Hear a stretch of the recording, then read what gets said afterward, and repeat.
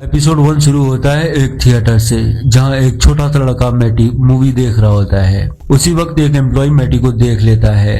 मैटी वहां से भाग जाता है। असल में मैटी हमेशा ही ऐसा करता था। वो बिना पैसों के छुपकर थिएटर के अंदर जाता था और मूवी एंजॉय करता था। अब वो बाहर आकर छुप जाता है, तभी उसे एक छोटी सी लड़की रोनी देख लेती है। एम्प्लॉय रोनी के पास आकर मैटी के बारे में पूछता है, लेकिन रोनी उसे मिसगाइड करती है। अब मैटी बाहर आता है, लिफ्ट मांगता है। एक कार में उसे लिफ्ट मिल भी जाती है। कार में एक कपल और उनके 2 बच्चे होते हैं। बाहर बहुत ज्यादा ठंड थी, इसलिए वो उस पर तरस खाकर लिफ्ट दे देते हैं। वो मैटी से कहते हैं अपना एड्रेस बताओ, हम आपको वहाँ छोड़ देंगे। लेकिन मैटी कहता है मुझे डेयरी के अलावा कहीं भी ले चलो। वो उसे अपने साथ पोलैंड ले जाते हैं।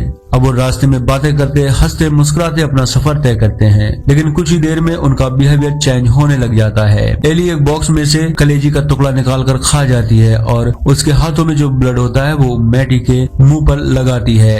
अब मैटी देखता है कि उनकी कार वापस से डेयरी की तरफ जा रही है। मैटी ये सब देखकर बहुत ज्यादा डर जाता है और कार रोकने की कोशिश करता है। ये सब उसकी बातों में बिल्कुल भी ध्यान नहीं देते। मैटी कार की स्टीयरिंग पकड़कर इधर उधर करता है। उसका हाथ लेडी के पेट में लग जाता है। वो ऑलरेडी प्रेग्नेंट थी, उसे दर्द होता है और वो वहीं पर बच्चा जन्म दे देती है। असल में उसने एक मॉन्स्टर टाइप बच्चे को जन्म दिया होता है, जो आधा बैट और आधा इंसान था।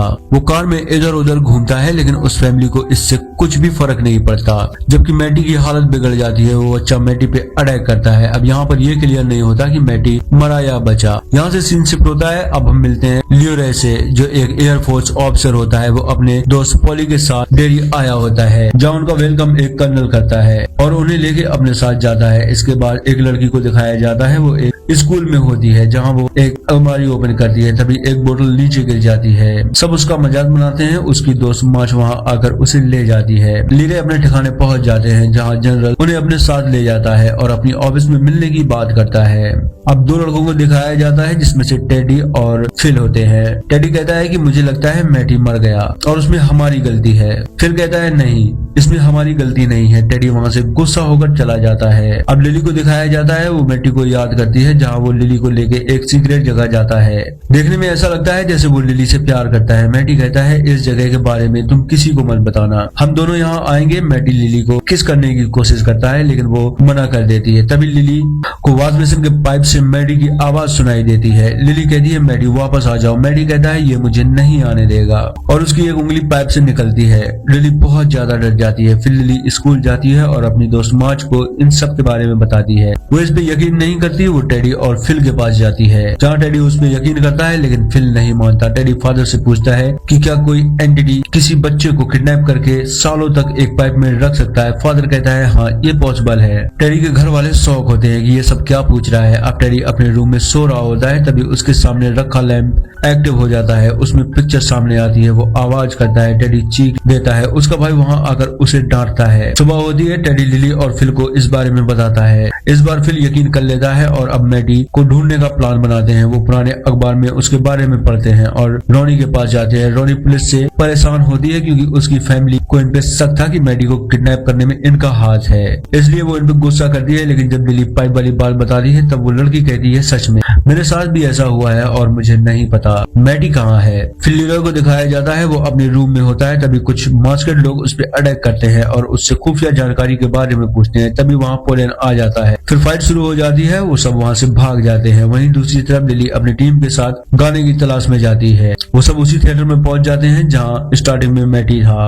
वो सब सॉन्ग प्ले करते हैं। लिली कहती है हाँ यही गाने की आवाज मैंने पाइप से सुनी थी, इसे मैटी ही गा रहा था। तभी स्क्रीन में मैटी दिखाई देता है। इन सबको लगता है मैटी इन्हें सुन सकता है। वो मैटी को आवाज देते हैं, अपने पास बुलाते हैं। मैटी इनकी तरफ बढ़ता है और कहता है कि मैं तुम सबकी वजह से यहाँ हूँ, और इनके ऊपर वही बच्चा छोड़ देता है जो स्टार्टिंग में बैट की तरह जन्मा था। वो इन पे अटैक करता है और एक करके सबको मार देता है। बस लिली और रोनी बचे होते हैं और एपिसोड 1 यहीं पर खत्म हो जाता है। एपिसोड 2 शुरू होता है एपिसोड 1 की एंडिंग से, जहां म्यूटेंट ने इन सबको मारा था। इसके बाद 2 पुलिस वालों को दिखाया जाता है। वो रोनी के घर के बाहर होते हैं, इसलिए रोनी के डैड और उसकी ग्रैंड मदर बहुत परेशान होते हैं। क्योंकि मैटी के गायब होने में इनका हाथ माना जा रहा था, लेकिन इनका कोई भी हाथ नहीं था। अब लीरे की फैमिली उसके पास आ जाती है, उसका बेटा और वाइफ। लीरे बहुत खुश होता है और अपनी फैमिली से बहुत सी बातें करता है। इसके बाद रोनी और लिली स्कूल जाती हैं, जहां मार्ज लिली से कहती है कि तुम रोनी के साथ मत रहो, उस पर मैटी के गायब होने का इल्जाम है, तुम हमारे साथ रहो। लिली बताती है कि फिल डैडी मर चुके हैं। लीरे का बेटा भी उनकी क्लास ज्वाइन कर लेता है। लीरे को जनरल बताता है कि हमने तुम पर हमला करने वाले को पकड़ लिया है, तुम्हें इंसाफ जरूर मिलेगा। एक रात रोनी अपने बेड पे होती है, उसका चादर एक कवच में बदल जाता है और वो धीरे धीरे एक लिक्विड में बदल जाता है। रोनी उसमें तैरने लग जाती है और बड़ी मुश्किल से बाहर निकलती है। तभी पिलो में से निकलती है उसकी माँ और कहती है, रोनी तुमने मेरा पेट फाड़ दिया, मैं तुम्हें बचाना चाहती थी। फिर वो अचानक मॉन्स्टर में बदल जाती है और कहती है, मैं तुम्हारे साथ तुम्हारे डैड को भी मारूंगी, और अपनी टेल से रोनी को अपनी तरफ खींचती है। रोनी उसकी टेल्स काट देती है। तभी वहाँ रोनी के डैड आ जाते हैं। रोनी बहुत ज्यादा डरी हुई होती है, लेकिन सब नॉर्मल होता है। अब आर्मी वालों को दिखाया जाता है, वो पार्टी और ड्रिंक्स करते हैं। डिक अपने साथियों के साथ जाता है, लेकिन गार्ड्स उसे रोक लेता है और कहता है कि तुम बिना परमिशन के बाहर गए। वो जनरल को कॉल करता है, जनरल उसे जाने की इजाजत दे देता है और सुबह उसे डांटता है कि वो अपने काम पर फोकस करे। फिर लिली रोनी से मिलती है और बताती है कि कल मॉन्स्टर मेरे रूम में आया था, मेरे माँ के रूप में। उसने बताया कि वो मेरे डैड को भी निपटा देगा। लिली उसे समझाने की कोशिश करती है, लेकिन वो बहुत ज्यादा डरी हुई होती है और गुस्से में चीखती है। तभी उनकी टीचर वहाँ आ जाती है और उसे डांटती है। अब रिच नाम के लड़के को दिखाया जाता है, वो विल से कहता है, जहाँ तुम बैठे हो ये जगह रिजर्व है, वहाँ से हट जाओ। विल कहता है, क्या यहाँ फर्श पे भी रिजर्वेशन चलता है? तभी एक मोटा लड़का वहाँ आकर सुतली बॉम्ब डाल देता है। विल वहाँ से भागता है और अपनी टीचर से टकरा जाता है। विल और रोनी दोनों एक साथ सबसे अलग बंद कर दिए जाते हैं, जहाँ वो देखते हैं लिली को पुलिस ले जा रही होती है। पुलिस उससे पूछताछ करती है, लेकिन लिली कहती है, मैं इन सब के बारे में कुछ नहीं जानती। अफसर कहता है, हम जानते हैं, लेकिन तुम खून से लथपथ वहाँ से निकली थी, लोगों को शक है तुम पर, लेकिन हमें गॉर्गन पर शक है, यानी जो लिली के डैड है। तुम वापस थिएटर जाओ। लिली रोती है और कहती है, नहीं, मुझे वहाँ मत भेजो। इसके बाद पुलिस रोनी के डैड को अरेस्ट कर लेती है। रोनी लिली के घर जाती है और कहती है, तुम जानती हो मेरे डैड ने कुछ नहीं किया, तुमने पुलिस से क्या कहा? लिली कहती है, मैंने कुछ नहीं कहा। अब लीरो को दिखाया जाता है, वो उसी कैदी के पास जाता है जिसने इस पे अटैक किया था। लीरो कहता है, जो मुझ पे अटैक करने आए थे तुम उनमें से नहीं हो, मैंने तुम्हारी फाइल पढ़ी है, जो गन उनके पास थी वो कोई आम आदमी यूज नहीं कर सकता, उसने सिर्फ 3 सेकंड में एक्टिव कर दिया। लीरो उसे गुस्सा दिलाता है, वो गन उठाता है और लोड नहीं कर पाता। लीरो कहता है, बस यही साबित करना था। अब लीरो जनरल के पास जाता है और कहता है, आपने एक निर्दोष आदमी को कैद कर रखा है, उसे छोड़ दो। अब यहीं पर सब क्लियर हो जाता है कि जो हमला लीरो पर हुआ था वो जनरल ने ही करवाया था, वो उसका एक टेस्ट था जानने के लिए वो कितना काबिल है। लीरो गुस्सा करता है, लेकिन जनरल कहता है, हमें जरूरत है आपकी। लिली सुपरमार्केट जाती है शॉपिंग करने, जहाँ उसे कुछ अजीब आवाजें सुनाई देती हैं। अब यहीं पर वो कपल दिखाया जाता है जो स्टार्टिंग में मैटी को मिला था, और साथ में मैटी के साथ टेडी की भी बहुत सी फोटोज दिखाई देती हैं। फिर एक कांच की बोतल से उसके डैडी का फेस दिखाई देता है, उसके चारों तरफ बोतल्स होती हैं। लिली एक बोतल तोड़ देती है, फिर अचानक सभी बोतल टूट जाती हैं और उसके डैड एक ऑक्टोपस में बदल जाते हैं। लिली पे अटैक करते हैं, तभी शॉपकीपर वहां आकर लिली को डांटता है, यानी लिली को सदमा हुआ था। जनरल लिली को अपने स्पेशल हथियार दिखाता है और कहता है, हमें कुछ हथियारों को संभालने के लिए तुम्हारी जरूरत है। फिर ये सब एक जगह जाते हैं जहाँ इन्हें बहुत सी इंसानी कंकाल मिलते हैं। लिली की मॉम लिली को एक चर्च के हवाले कर देती है और एपिसोड 2 यहीं पर खत्म हो जाता है। एपिसोड 3 शुरू होता है एक मेले से, जहाँ एक जादूगर दिखाया जाता है, उसके पास एक लड़का फ्रांसिस आता है और वो उसे एक कैंप में भेज देता है। फ्रांसिस अंदर जाता है, वहाँ उसे बहुत सी अजीब चीजें मिलती हैं। वो और आगे बढ़ता है जहाँ उसे एक बूढ़ा आदमी मिलता है। वो फ्रांसिसी को अपने पास बुलाता है, लेकिन जब वो बूढ़ा उसके सामने आता है तो फ्रांसिसी बहुत ज्यादा डर जाता है। बूढ़ा अजीब था। फ्रांसिस वहाँ से भागता है। बाहर उसे उसके डैड मिलते हैं, फिर वो उसे लेके अपने साथ निकल जाते हैं। अब फ्रांसिस कुछ बच्चों के साथ खेल रहा होता है, वो खेलते हुए जंगल की तरफ जाता है। उसकी दोस्त रोज उसे मना करती है। अब जब फ्रांसिस जंगल के अंदर चला जाता है तो उसे वही मेले वाला बूढ़ा मिलता है। बूढ़ा मॉन्स्टर में बदल जाता है और फ्रांसिस का पीछा करता है। अब जब वो फ्रांसिस को मारने वाला होता है तभी फ्रांसिस की दोस्त रोज वहाँ आ जाती है और वो मॉन्स्टर पे अटैक करती है। फिर दोनों वहाँ से भागते हैं। मॉन्स्टर इन पे अटैक करता है और स्क्रीन ब्लैक हो जाती है। अब यहाँ से सीन कट होता है। अब लिली की मॉम को दिखाया जाता है। डॉक्टर उससे कहते हैं, हमने लिली का ट्रीटमेंट किया है, शायद अब इसे दौरा नहीं पड़ेगा। लिली परेशान होती है क्योंकि रोनी के डैड उसकी वजह से जेल में है। वो उनकी मदद करना चाहती है। इस बात पे उसकी मॉम उसको सपोर्ट करती है। जनरल हैंक के पास जाता है और उसे सच जानने की कोशिश करता है और उससे कुछ प्रूफ भी दिखाता है, लेकिन हैंक कहता है मैं वहाँ नहीं था, मेरा यकीन करो। जनरल उसकी बात नहीं सुनता और वहाँ से चला जाता है। स्कूल में रोनी के पास लिली जाती है, लेकिन रोनी उस पर गुस्सा करती है। लिली कहती है मैं उन्हें सच बता दूंगी, लेकिन लोग मुझे साइको समझेंगे, हम सबूत इकट्ठा करेंगे। रोनी मान जाती है। अब आर्मी चीफ डिसाइड करते हैं कि इन सभी केसेस को वो हैंडल करेंगे और इसके लिए हेलोरेन को लीरॉय के साथ भेजा जाएगा। अब वो लीरॉय और पोलैंड को एक साथ भेजते हैं। तीनों एक हेलीकॉप्टर से जाते हैं। हेलोरेन उन्हें गाइड करता है और बॉक्स खोलता है जिसमें गुलेल थी। जैसे ही वो गुलेल को टच करता है तो फ्रांसिस और उसकी दोस्त रोज को दिखाया जाता है। वो जंगल से बाहर निकल आते हैं और वो लड़की कहती है मॉन्स्टर जंगल से बाहर नहीं आता। लीरॉय और पोलैंड हेलोरेन को आवाज देते हैं, लेकिन वो कोई रिस्पॉन्स नहीं देता। लीरॉय वापस जाने की बात करते हैं, लेकिन जनरल मना करता है। अब हेलोरेन उठता है और सपनों में चला जाता है, जहाँ उसे एक ऐसी जगह दिखाई देती है जहाँ उसकी दादी होती है। वो कहती है यहाँ से जाओ, वो आने वाला है, सब मारे जाओगे। हेलोरेन हेलीकॉप्टर का दरवाजा खोलता है, तभी लीरॉय उसे रोकता है और होश मिलाता है। फिर हेलोरेन जनरल से बताता है कि उसने उस मॉन्स्टर को देखा, वो बहुत खतरनाक है, हमें उसे नहीं देखना चाहिए क्योंकि उसने हमें देख लिया है। हमें उसके हालात पर छोड़ देना चाहिए, वरना कुछ बहुत ही बुरा हो जाएगा। जनरल कहता है तुम आराम करो।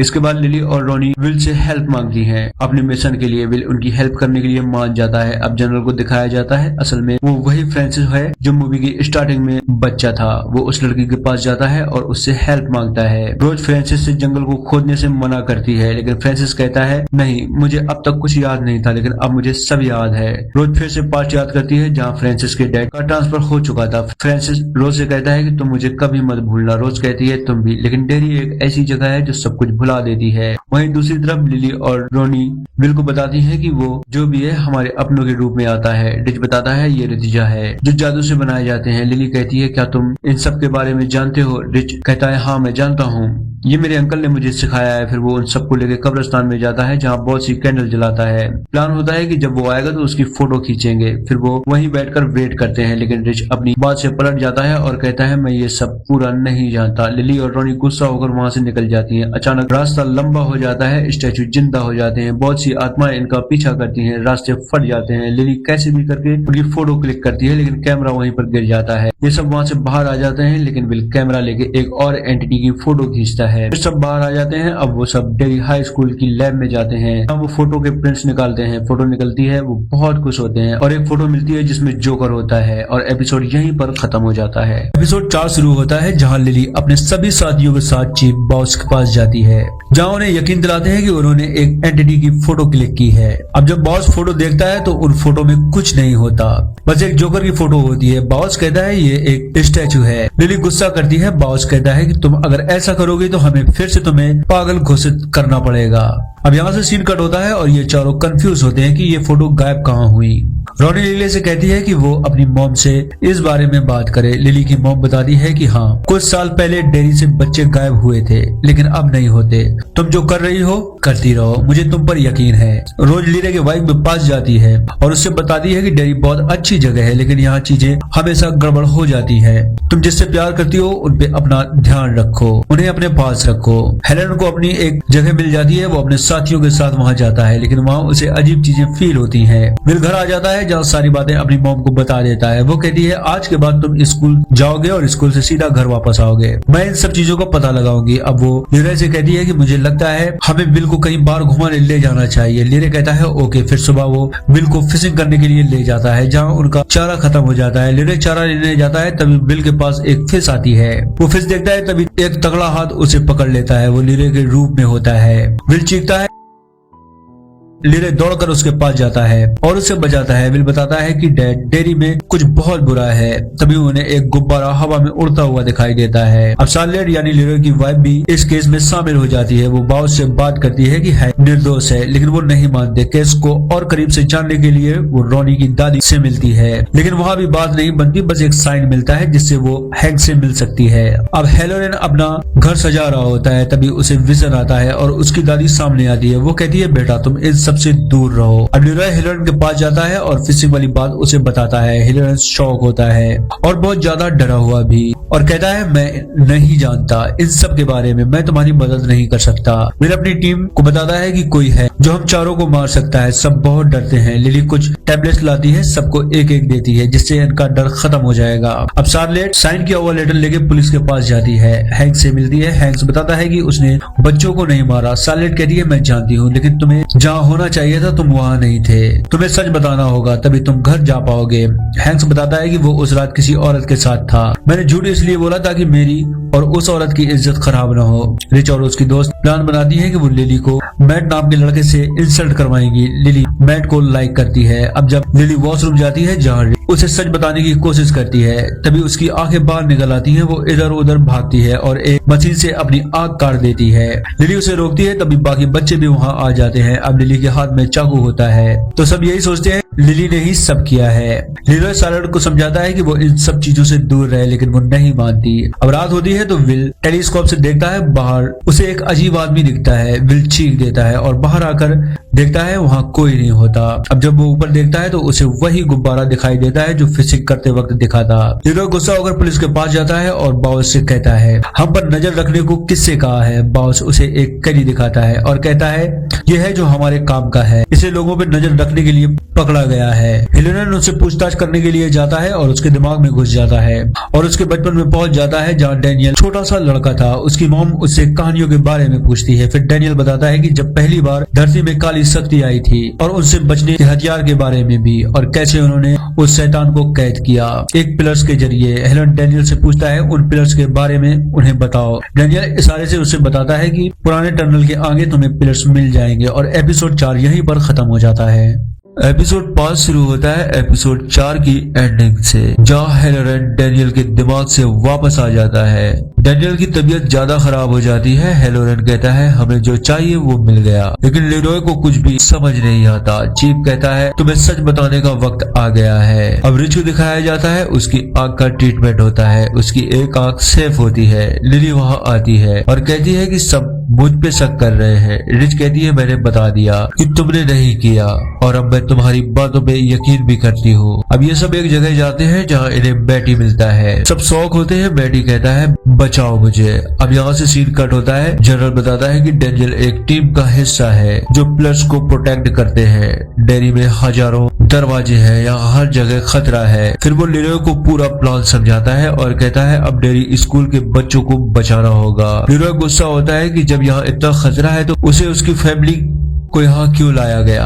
अब मैटी बताता है कि ये सब एक जोकर का किया धरा है। वो इस डेयरी के नीचे रहता है, उसने हम सबको वहाँ रखा, उसने कुछ लोगों को जिंदा रखा। मैंने मौके का इंतजार किया और वहाँ से भाग आया। टेडी मर चुका है, फिल अभी जिंदा है। रोनी कहती है हमें इस बारे में पुलिस को बताना चाहिए ताकि उसके डैड निर्दोष साबित हो जाए, लेकिन मैटी कहता है नहीं, वो मुझे मेरे डैड के पास भेज देंगे और मैं वहाँ वापस नहीं जाना चाहता। अब हैंक्स को दूसरी जेल ले जाया जाता है। डैनियल रोज का भतीजा होता है। रोज फ्रांसिस के पास जाती है और उससे कहती है डैनियल को छोड़ो, लेकिन फ्रांसिस कहता है हमारा मिशन कंप्लीट हो जाए हम उसे छोड़ देंगे, लेकिन रोज कहती है उसे काबू करना नामुमकिन है। तुम्हें सब याद नहीं, अगर याद होता तो तुम ये सब ना करते। अब रोज डैनियल के पास जाती है और उसे फ्रांसिस की मदद करने को कहती है और अपना पुश्तैनी हथियार देती है जिससे शैतान काबू में रहेगा और डैनियल के पास नहीं आएगा। लीरॉय अपनी फैमिली को लेकर डेयरी से बाहर चला जाता है ताकि वो सब सेफ रहे। विल कहता है क्या मैं अपने दोस्तों से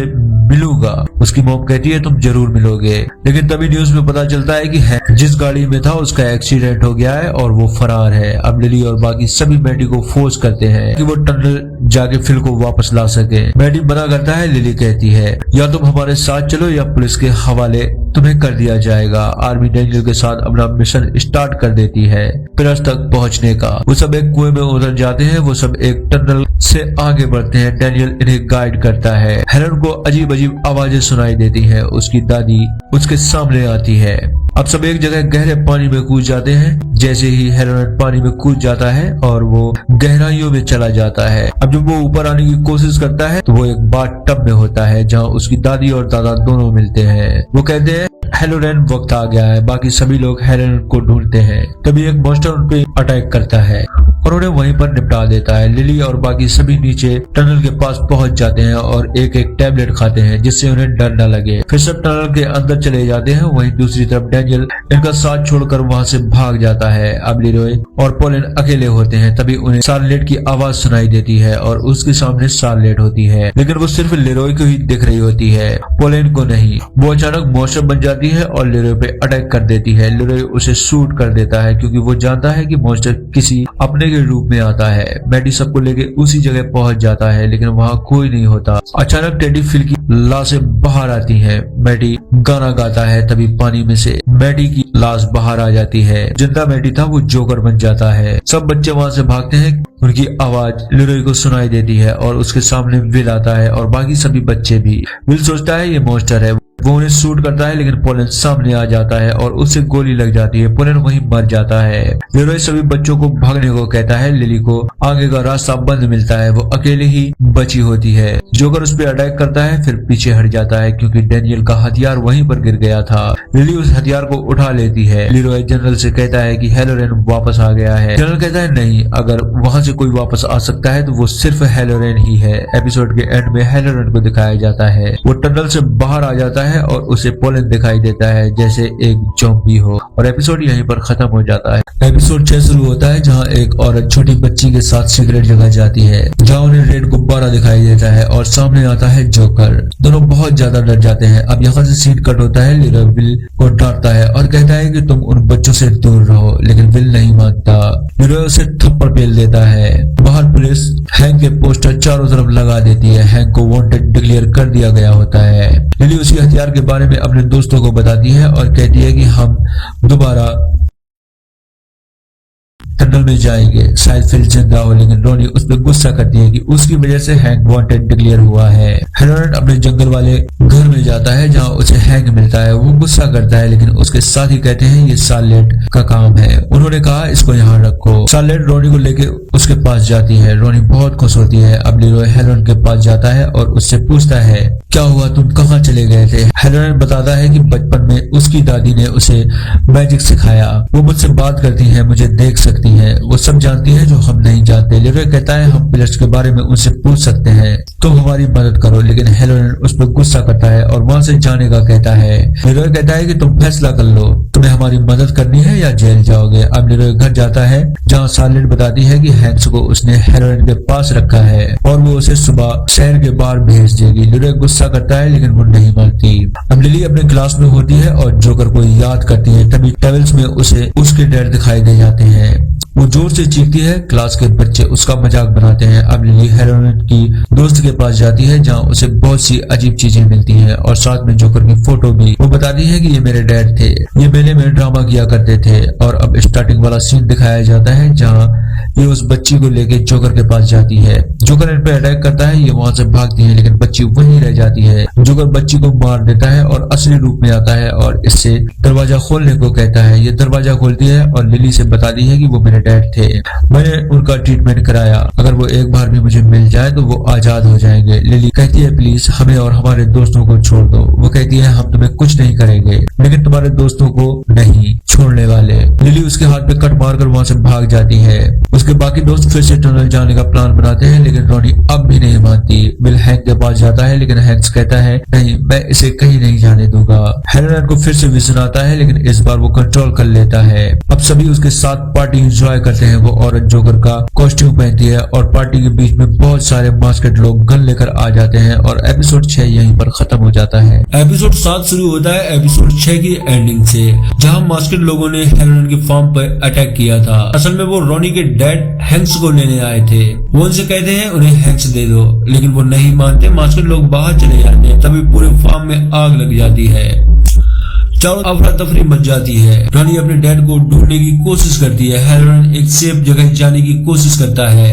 तभी उसके सामने एक भालू आता है और वो पेनीवाइज यानी जोकर में बदल जाता है। वो हेलोरेन से बच्चों के बारे में पूछता है। मास्केड लोग आर्मी वाले होते हैं। वो सोचते हैं इस आग में कोई नहीं बचेगा और वो वहाँ से चले जाते हैं। हैंक्स रोनी और विल को लेके वहाँ से भागता है। बाकी बच्चे भी अपने लिए सेफ जगह तलाश करते हैं। रिच मार्च को एक सेफ जगह बंद कर देता है और खुद बाहर रह जाता है। अब एक बूढ़े आदमी को दिखाया जाता है, वो वहाँ से भागने की कोशिश करता है, तभी उनके सामने इनग्रिड जोकर के भेष में आ जाती है। स्टैन उसे वापस जाने को कहता है, लेकिन वो कहती है नहीं। तभी उसके पीछे जोकर आ जाता है और उसे काट देता है और ऐसे खाता है जैसे कोई जूसी चीज हो। फिर जोकर उसे अपने पास बुलाता है और उससे कहता है मैं जा रहा हूँ, लेकिन इनग्रिड मना करती है और पूछती है मेरे पापा नहीं हो तुम। पेनीवाइज कहता है उसे मैं खा गया। फिर वो इनग्रिड को अपने पास बुलाता है और आग में बदल जाता है। पुलिस उस जगह पहुंच जाती है, वो मार्च को एकदम से बाहर निकालते हैं। मार्च देखती है रिची मर चुका है। सब बहुत ज्यादा दुखी होते हैं। पुलिस सभी को रेस्क्यू करती है। इनग्रिड भी तगड़ी जख्मी होती है। सार्लेट भी वहाँ आ जाते हैं। रॉनी कहती है मेरे डैड जंगल की तरफ गए हैं। सार्लेट उन्हें अपने साथ जंगल की तरफ ले जाती है। हेलोरेन लीरोय से बताता है कि डेयरी में कुछ बहुत बड़ा होने वाला है, वो अब यहाँ नहीं है, यहाँ से वो चला गया है। कर्नल कहता है हमें पिलर चाहिए। हेरोइन कहता है मैं एक पिलर ढूंढ सकता हूँ, हमें उस औरत के पीछे जाना होगा, लेकिन बस वो हेरोइन की ही दिख रही होती है। सार्लेट और इन सबको हैंस मिल जाता है। लीरोय सार्लेट से कहता है तुम विल को लेके डेयरी जाओ, मैं एक काम करके फिर यहाँ से हम तीनों निकल जाएंगे हमेशा के लिए। रोज अपनी टीम को बता दिया कि हमले में 17 बच्चे मारे गए, अब वो सो जाएगा लंबे समय के लिए। हेरोइन पिलर वाली जगह पर पहुंच जाता है। आर्मी वाले खुदाई शुरू कर देते हैं। फ्रांसिस उसे शाबाशी देता है। वहीं दूसरी तरफ सार्लेट हैंस को डेयरी से बाहर निकालने का प्लान बनाती है। रोनी और मार्च लिली से मिलने जाती है, जहां वो बताती है कि ब्लैक स्पॉट में आग लग गई, सब ठीक है लेकिन रिच मर गया। सब रिच के बारे में सोच के बहुत ही ज्यादा दुखी होते हैं। आर्मी को एक प्लस मिल जाता है, वो बॉक्स खोलते हैं, उसमें वही पत्थर मिलता है जिसे शैतान काबू में रहेगा। कर्नल पिलर को लैब लेके जाने की बात करता है, लेकिन लीरोय उसे डेयरी ले जाने को कहता है। कर्नल कहता है पेनीवाइज सोया हुआ है, अभी कोई खतरा नहीं। डेनियल उन्हें देख लेता है। सार्लेट हैंक को लेकर रोज के पास जाती है और कहती है इन्हें बॉर्डर पार करवाओ। तभी डेनियल वहां आकर पिलर्स के बारे में बताता है। कर्नल पिलर्स को लेकर लैब में पहुंच जाता है, जहां उसकी जांच वगैरह शुरू कर दी जाती है। उसे एक लावे में डाला जाता है। लीरोय वहां पहुंच जाता है और गन पॉइंट करके कहता है इसको बाहर निकालो। तभी फ्रांसिस लीरोय को गन नीचे करने को कहता है और अपने पास बुलाता है और कहता है हमसे गलती हुई है जो हमने तुम्हें नहीं बताया, लेकिन हम डेयरी को प्रोटेक्ट कर रहे हैं। लीरोय कहता है पूरा अमेरिका डेयरी बन जाएगा। फिर वो पिलर को लावे में डालते हैं। लीरोय उन पे गन पॉइंट करता है और कहता है मैं ये नहीं करने दूंगा। फ्रांसिस उसे समझाता है और बाहर भेज देता है। अब पिलर जैसे ही आग में जलने लगता है, पेनीवाइज की नींद खुल जाती है। विल और लिली कॉल पे बात करते हैं रिच के बारे में। तभी लिली की वॉइस पेनीवाइज में बदल जाती है। विल चीखता है, उसके सामने पेनीवाइज आता है और आग में बदल जाता है। विल की आंखें बाहर आती है और एपिसोड 7 यहीं पर खत्म हो जाता है। एपिसोड 8 शुरू होता है जब डेयरी में चारों तरफ स्मोक चढ़ गया होता है, क्योंकि पिलर खत्म हो गए हैं। पेनीवाइज आजाद हो गया है। डेयरी स्कूल में बच्चे अपने टीचर के साथ होते हैं। तभी पेनीवाइज टीचर को मार देता है और बच्चों को अपने काबू में कर लेता है। यहाँ से सीन कट होता है। लिली रोनी मार्च को देखकर बाहर आते हैं, जहाँ उन्हें दीवार में सभी बच्चों के गुमशुदा होने के पोस्टर लगे होते हैं। वो तीनों उन्हें ढूंढने का फैसला करती है। तीनों स्कूल पहुंच जाती है, जहाँ कोई नहीं मिलता, बस प्रिंसिपल की बॉडी मिलती है। अब उन्हें पता चलता है कि वो बिल को भी ले गए हैं। वो उन्हें चारों तरफ ढूंढना स्टार्ट कर चुकी होती हैं। अब लीरोय को दिखाया जाता है, वो बिल को कॉल करता है, लेकिन उसे कोई रिस्पांस नहीं मिलता। तभी कॉल वापस आता है और वॉइस होती है पेनीवाइज की। वो बताता है कि वो सभी बच्चों को ले गया है। हेरोइन को बहुत सी आत्माएं दिखती हैं। वो हेरोइन से सुसाइड करने को कहती हैं। हेरोइन खुद को मारने वाला होता है। तभी लीरोय वहां आ जाता है और कहता है पेनीवाइज उसके बेटे को ले गया है, प्लीज उसकी मदद करो। हेरोइन मान जाता है। अब ये दोनों रोज के पास जाते हैं, जहाँ रोज बताती है कि हमें एक आर्टिफैक्ट चाहिए जो इस मॉन्स्टर को रोक सकता है। वो उसी पत्थर से बना है, उसकी जगह पे आर्टिफैक्ट रख देंगे तो विल बच जाएगा, लेकिन हेलोरेन इस पे हमारी मदद करे। तब हेलोरेन कहता है मुझे आवाजें सुनाई दे रही है, मैं कुछ नहीं सोच पा रहा हूँ। रोज कहती है इसमें मैं आपकी मदद कर दूंगी। रोज उस पर मैजिक करती है। हेलोरेन चीखता है और बताता है कि मुझे सब दिख गया। फिर ये सब हेलोरेन के साथ निकल पड़ते हैं। लिली भी दोनों के साथ आगे जाती है, लेकिन उसका बिहेव चेंज होने लग जाता है। असल में ये डैगर यानी उस पत्थर का असर होता है। ये जिसके पास होगा उसका दिमागी संतुलन बिगड़ने लग जाएगा। लिली वहाँ से भागती है। रोनी मार्च उसे पकड़ती है और कंट्रोल करती है और उसका पत्थर छीन लेती है। लिली को होश आ जाता है और इन्हें दूर एक लाइन में बहुत से लोग दिखाई देते हैं। हेलोरेन बताता है कि वो बच्चियां नदी में पहुंच चुकी है। रोज कहती है मॉन्स्टर उस नदी तक पहुंच गया तो वो कभी भी नहीं मारा जाएगा। लिली उन दोनों के साथ बच्चों के पास पहुंच जाती है। बच्चे हवा में लटके होते हैं। तीनों विल को वापस खींचती है। तभी जोकर वहाँ आ जाता है, इन पे अटैक करता है। तभी रोनी वो पत्थर दिखाती है। पेनीवाइज पीछे हट जाता है, इन्हें डराता है और और मार्च को खींच ले जाता है। अब पेनीवाइज मार्च पे अटैक करता है लेकिन अचानक स्टॉप हो जाता है। सभी बच्चे जिंदा हो जाते हैं। लीरोय भी सभी के साथ वहां पहुंच जाता है। अब ये उसी टुकड़े की तलाश में जाते हैं। तभी फ्रांसिस वहां आ जाता है और डेनियल और लीरोय को शूट करता है। डेनियल वहीं मर जाता है। लीरोय कहता है पत्थर का टुकड़ा उस पेड़ के पास ले जाओ, वहां गाड़ देना, जोकर हमेशा के लिए चला जाएगा। चारों लोग पेड़ की तरफ भागते हैं। फ्रांसिस लीरोय के पास आता है और उससे पूछता है बच्चे कहाँ जा रहे हैं। विल पेड़ के पास पहुंच जाता है लेकिन पत्थर की पावर उसे वापस करती है। सभी बच्चे मिलकर उसे पेड़ की तरफ करते हैं। बॉब हेलोन का मैजिक तोड़कर फिर से एक्टिव हो जाता है और फ्रांसिस उसके सामने होता है। फ्रांसिस कहता है तुम जाओ, तुम आजाद हो, लेकिन जोकर उसे उसके बचपन वाले बूढ़े के रूप में आ जाता है और उसे वहीं पर मार देता है और फिर पेड़ की तरफ दौड़ पड़ता है। आर्मी वालों ने लीरोय और बाकी लोगों को पकड़ के रखा होता है। लीरोय उन्हें जोकर को रोकने का कहता है लेकिन वो नहीं सुनते। तब ये सब उन्हें मार देते हैं और लीरोय जोकर बच्चों के पास पहुंच जाता है। तभी लीरोय उसका सर उड़ा देता है लेकिन जोकर का दूसरा सर तुरंत निकल आता है। वो लीरोय को काबू में करता है। अब रिच भी उनकी मदद करने के लिए आ जाता है। जोकर एक बहुत बड़े पक्षी में बदल जाता है। अब जब वो इन बच्चों के पास पहुंच जाता है, बच्चे पत्थर कुछ जगह पर रख देते हैं। जोकर के साथ साथ पूरी डेरी से स्मोक खत्म हो जाता है। पिलर एक्टिव हो जाते हैं। पेनीवाइज टुकड़ों में बिखर जाता है। सब बहुत खुश होते हैं और रिच मैटी को याद करके सब बहुत ज्यादा दुखी हो जाते हैं। शार्लेट हैंक को डेरी से बाहर निकाल देती है ताकि वो आर्मी से सेव रहे। लीरोय को नौकरी से हाथ धोना पड़ता है। रोज शार्लेट और लीरोय को अपने साथ टीम बनाने को कहती है क्योंकि पेनीवाइज 27 साल बाद फिर से जागेगा। खतरा अभी बाकी है लेकिन लीरोय मना कर देता है और अपनी फैमिली के साथ वहां से निकल जाता है। डेरी में जो मरता है वो सच में यहाँ कभी नहीं मरता। बस इसी लाइन के साथ ये सीजन खत्म हो जाता है।